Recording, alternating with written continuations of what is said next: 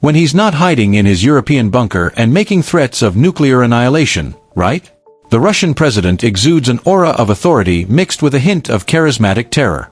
A truly extraordinary guy who enjoys days filled with luxury, extravagant spending, and, of course, lots of investments, in worries. If you think Putin's morning routine consists of vodka shots in his eyes, punching anything in sight, and arm wrestling bears, I'm sorry to disappoint you. In reality, the commander-in-chief of Russia prefers to wake up at glorious, around noon, when he doesn't have international meetings. Look, at nearly 70 years old, his recipe for looking menacing is pretty clear. Breakfast. Brace yourself, an unbearably bland menu of omelette, fruit juice, porridge, and, if he's feeling daring, a bit of cottage cheese. Those abs need their protein, after all. Of course, even with such a plain breakfast, the bill isn't cheap. Every item on Putin's plate was picked, not by chance, from local farms funded by Patriarch Kirill, the head of the Russian Orthodox Church, and prepared by an extremely well-paid and trained chef. Like any good dictator, Putin has a paranoia worthy of a spy thriller about being poisoned. And let's face it, with the life he leads, but a man can't live on porridge alone. Before touching any snacks during diplomatic visits, the food needs to be vetted by the secret services. As a former Putin knows all too well that the world can crumble in the blink of an eye if he isn't sharp. Oh, and if you think he's casual enough to drink milk, think again, he won't go near it. Who knows what he has against calves' drink? Just like American imperialists, after breakfast, Putin indulges in a cup of Novichok-free coffee in his colossal palace on the outskirts of Moscow.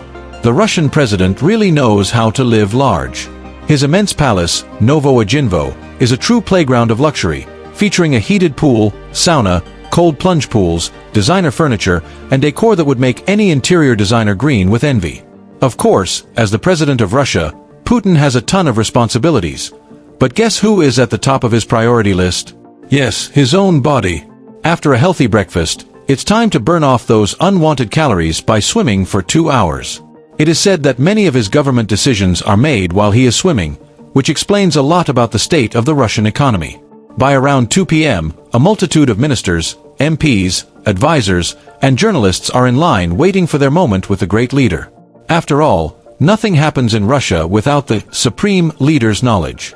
And with all his paranoia, it's clear that he controls every detail.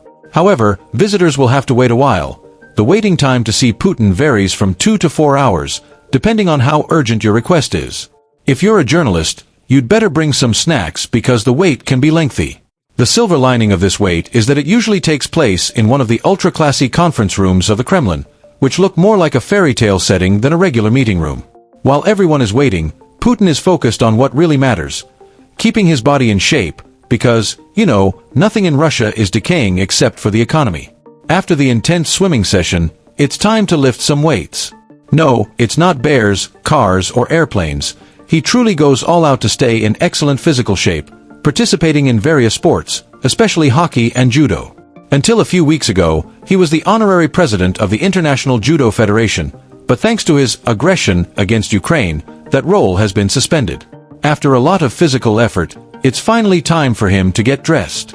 And as you could imagine, sartorial flair isn't exactly the president's strong suit. He sticks to suits and ties from brands like Keto and Bryony, although, due to the sanctions, those brands aren't so eager to provide him with new outfits. But don't worry, he won't be seen wearing a barrel anytime soon, as his collection of suits is worth a fortune. Getting around Moscow can be a nightmare, but not for Putin, who has a private road and a police escort.